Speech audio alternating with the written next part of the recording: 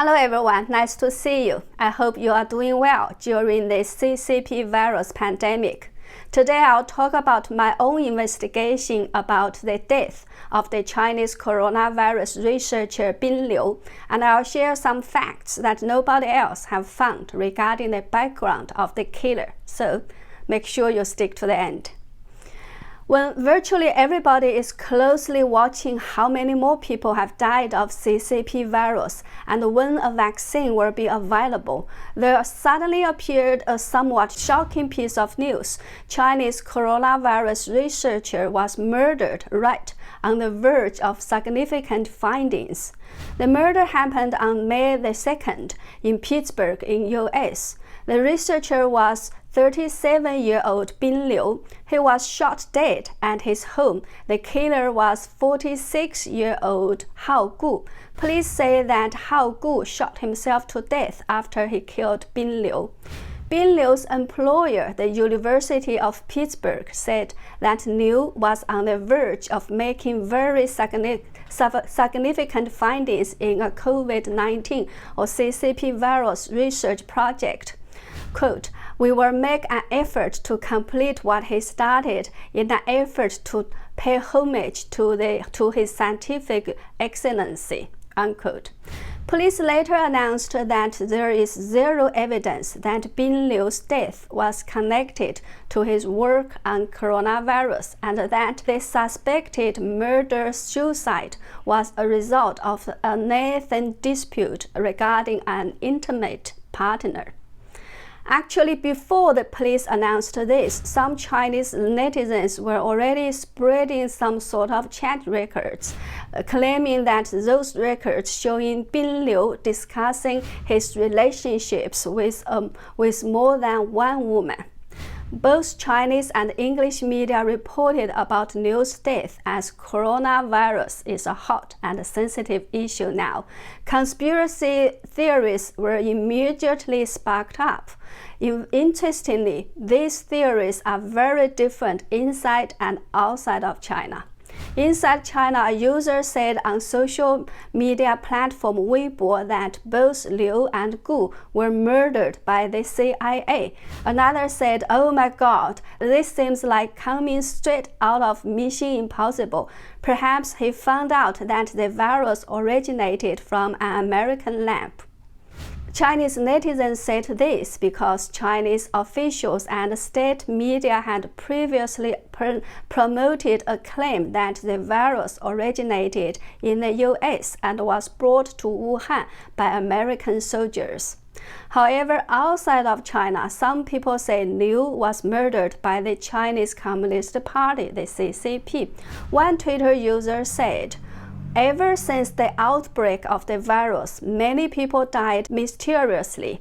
The plots are more exciting than in the movies. Whoever is close to the truth will die." Some scholars also echoed netizens' claims.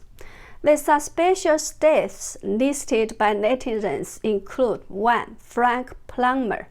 Frank Plummer was a Canadian scientist key to the coronavirus investigation. It was reported that he died in mysterious conditions in February in Kenya, where he was a keynote speaker at the annual meeting of the university. People were speculating whether he was assassinated. His wife said he died of a heart attack. People also noted that he had been the chief scientist at the National Microbiology Laboratory of Canada for 14 years. In July last year, officials at the National Microbiology Laboratory escorted Chinese scientist Xiang Guoqiu and her biologist husband Ken Dingchen and an unknown number of her students from the lab and revoked their access rights. It was reported that a number of observers have speculated that case involves concerns about the improper transfer of intellectual property to China. The latest news is Chu has helped train staff at the lab of Wuhan Institute of Virology, and she had made 8 trips to China, including 2 to Wuhan, in the 3 years before she was removed from the National Microbiology Laboratory of Canada. The spokesperson of the Public Health Agency of Canada also revealed that Wuhan Institute of Virology had requested a shipment of Ebola and Halipavirus samples in March last year. Halipavirus is another highly virulent family of pathogens. Another suspicious death happened to Zhang Lan. She lived in New York and maintained a blog at the Chinese media platform Caixin. She started to write a series of posts entitled New Yorkers during the pandemic on March 6. She said in her first post, "As many Chinese media outlets' coverage of the pandemic in the United States are distorted and exaggerated, I decided to write about what I see and hear about the pandemic in New York starting today.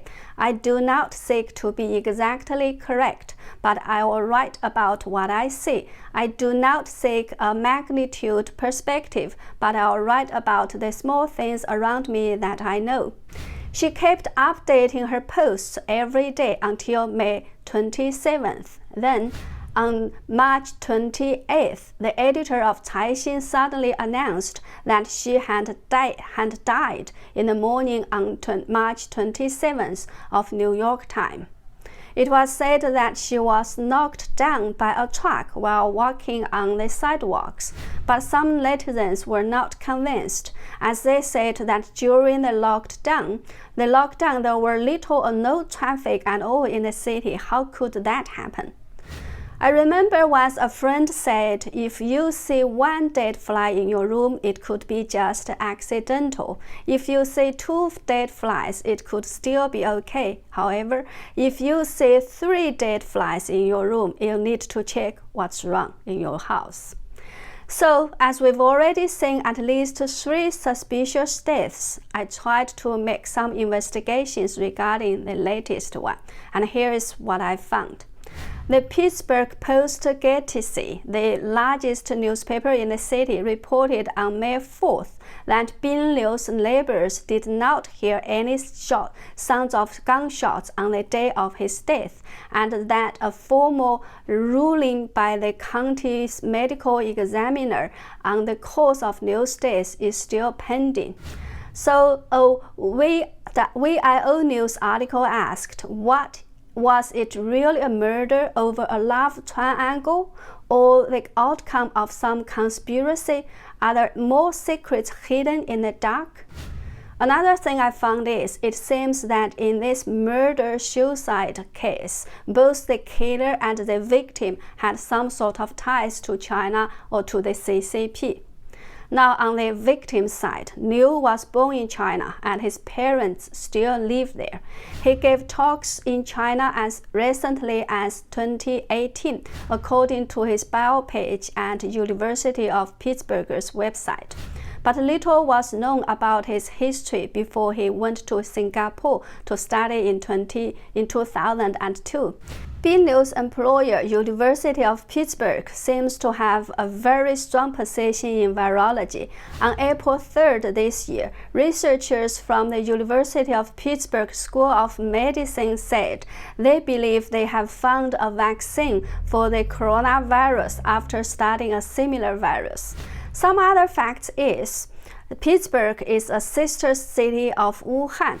Pittsburgh Today's senior editor Jeffrey Francer wrote an article on March 11th with this title, "Coronavirus May Strengthen Pittsburgh's Ties to Wuhan." Another fact is, University of Pittsburgh Medical Center, UPMC, is building 5 private hospitals in China with Beijing-based conglomerate Wanda Group as part of a $2 billion investment over the next 2 decades. UPMC CEO Jeffrey Ramoff said that with the 20-year deal, UPMC will soon be able to boast the largest presence of American-style medicine outside the United States. On the killer's side, Hao Gu's LinkedIn account information shows that he was a chief software architect at Eaton Corporation, a powerful management company based in Ireland.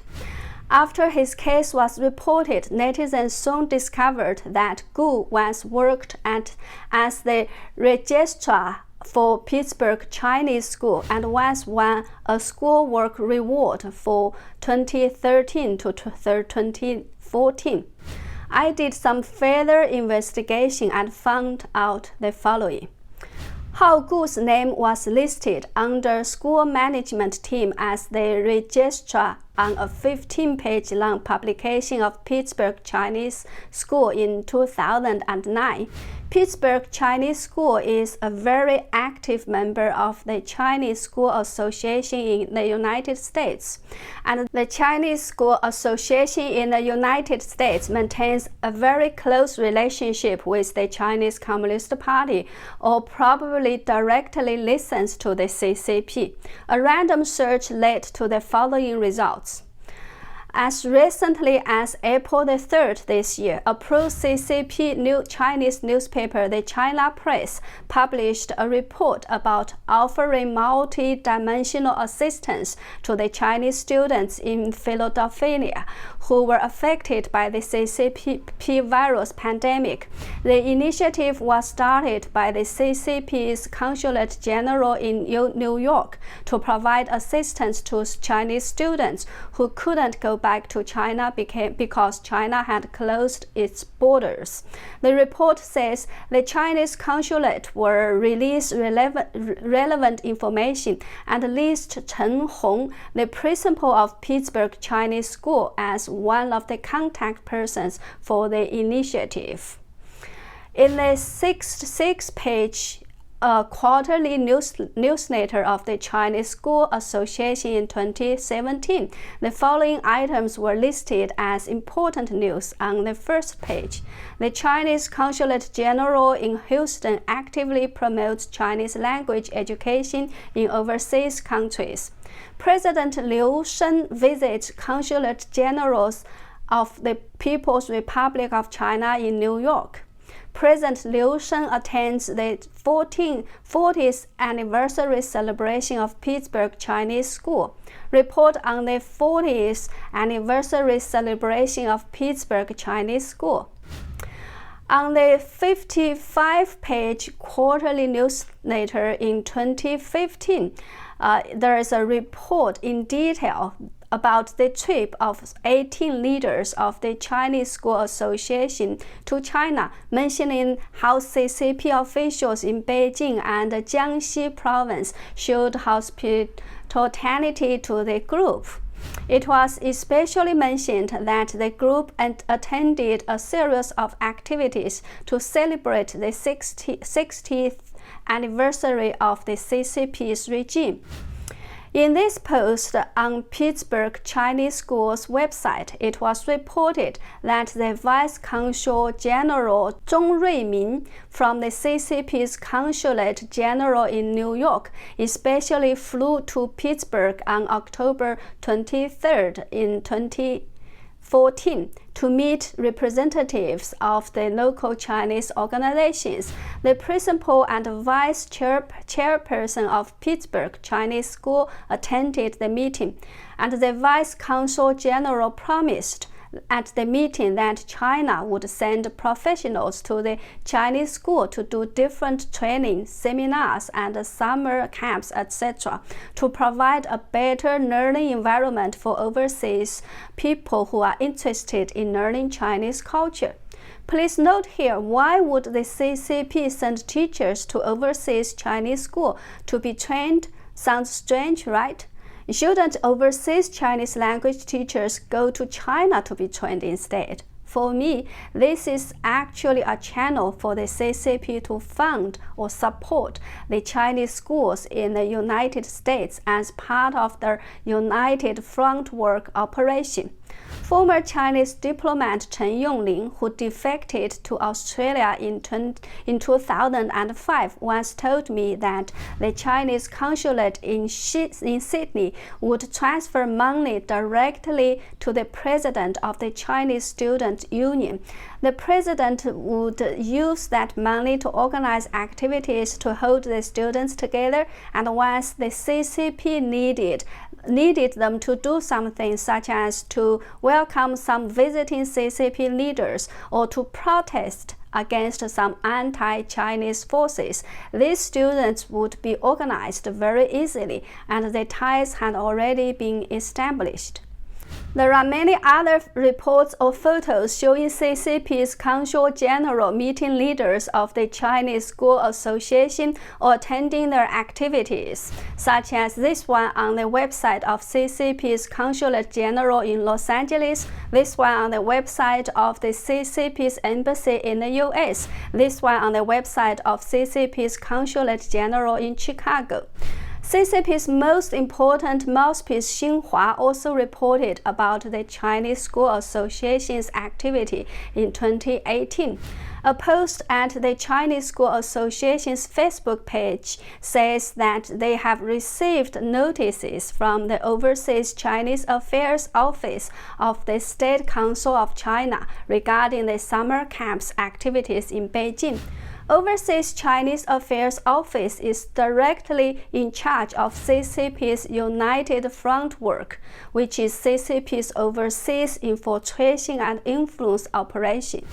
So, from the above, we can clearly establish that Hao Gu was once a senior management member of Pittsburgh Chinese School, and Pittsburgh Chinese School as well as the Chinese School Association have strong ties with the CCP. They even directly or indirectly receive financial support from the CCP. Of course, these are not evidence to say that CCP has played any kind of role in Hao Gu's murder of Bin Liu. We can only say that Hao Gu once had ties with the CCP.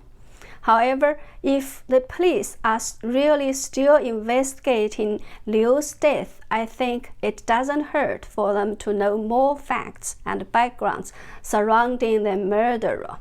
Okay, that's all for today. Thank you for watching. By the way, YouTube just demonetized my channel without any explanation, so I need your help and support to keep my channel running. Please at least subscribe to my channel to show your support. Thank you again. See you soon.